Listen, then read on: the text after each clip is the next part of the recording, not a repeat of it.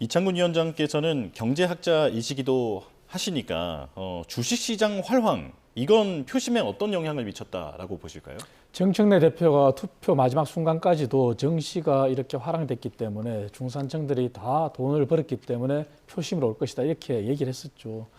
그거는 일종의 착각이죠. 물론 주식시장이 활황이 되고 하는 부분들이 중산층의 재산 증식이나 이런 데 기여한다면 분명히 좋은 일입니다. 하지만 경제학에서 봤을 때 풍선 효과라 그럴까, 한쪽을 누르면 다른 한쪽이 이렇게 부풀어 오르지 않습니까? 이쪽에서 돈을 번다 손 치더라도 지금 부동산을 놓고 봤을 때는 전세가 씨가 말랐어요. 그리고 다 월세로 전환하는데 월세가 노원구에 300만 원짜리 월세가 나온다는 게 말이 됩니까? 그 서울 평균 월세 가격이 150만 원을 넘었었어요. 이런 부분이 납득이 안 되는 거죠. 그렇다면은 과연 이재명 정부가, 이재명 대통령이 정시에 있어서도 우리가 착시 현상이 있다. 하이닉스, 삼성전자와 같은 반도체가 모든 걸 다 끌고 가기 때문에 이것은 너무 과도하다. 이런 우려도 있었어요. 그런데 이 부분에 대해서 손흥민 선수 예를 들면서 손흥민이 빠지면 그러면 나쁜 거냐 이런 식으로 얘기한단 말이에요. 그런데 결국은 민심의 노여움을 알아야 돼요. 민심의 노여움은 결국 부동산이거든요. 그래서 서울만 놓고 보더라도 원하는 곳에 원하는 집을 공급하는 게 정부가 할 일이에요. 근데 서울은 땅이 없어요. 그렇다면 공급을 늘리자고 하면서 그렇다면 재개발, 재건축, 재정비 사업에 주력해야 되는데 한쪽에서는 공급을 늘리자 그러면서 대출 규제를 했어요. 그러면 이주비 대책이 마련이 안 돼요.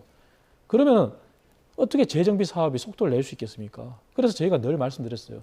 진짜 공급을 원한다면 제발 가만히 내버려 둬라. 그렇다면 오세훈 서울시장이 지난 5년간 했던 신통기획을 통해서 31년까지 31만 호의 공급 여건이 마련된다고. 그런데 이걸 가지고 또 민주당은 신축 주택이 아니다 이렇게 공격을 해요.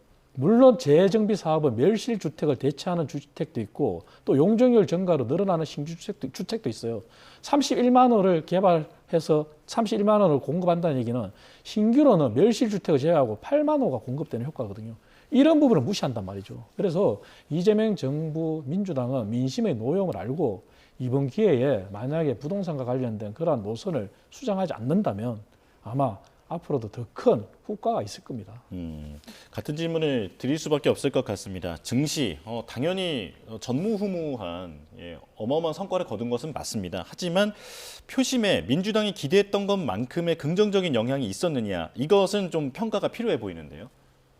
뭐 조사가 필요하겠죠. 그리고 실제 어떤 보도를 보니까 뭐 반도체 빼면은 실제적인 성과는 없다. 그래서 4천 정도 수준이다. 이렇게 이야기를 했는데 사실 그거는 좀 저는 억지로 비판한다는 느낌이 좀 들긴 했습니다. 왜냐하면 우리가 2년 전만 하더라도 윤석열 전 정부에서 뭐 증시가 2,500 그 이하였을 거예요. 이제 그런 측면에서 어찌됐건 그걸 뺀다 하더라도 어쨌든 많이 올린 것은 사실인 것이고 그리고 앞으로도 더 올라갈 것이다라고 하는 기대감은 계속 주고 있는 것 아닙니까? 그리고 단순하게 그냥 뭐 부동산만 옥죄고 있는 뭐 그런 상황이 아니고 실제로 돈이 굴러갈 수 있을 만한 곳을 계속해서 찾고 그것의 영역을 키워주고 있는 그런 상황이기 때문에 그러면서도 돈이 그쪽으로 가게 되면 어쨌든 산업 부양 효과가 있는 것이고 산업에서 결국 기업들이 약진할 수 있게 되는 것이고 또 일자리로 연결되는 것이고 그리고 이제 선거 중간에서도 저희가 세수 문제와 관련된 뭐 저희가 초과 세수 뭐 이 국민 배당 금지 뭐 이런 논란도 나오기도 했습니다만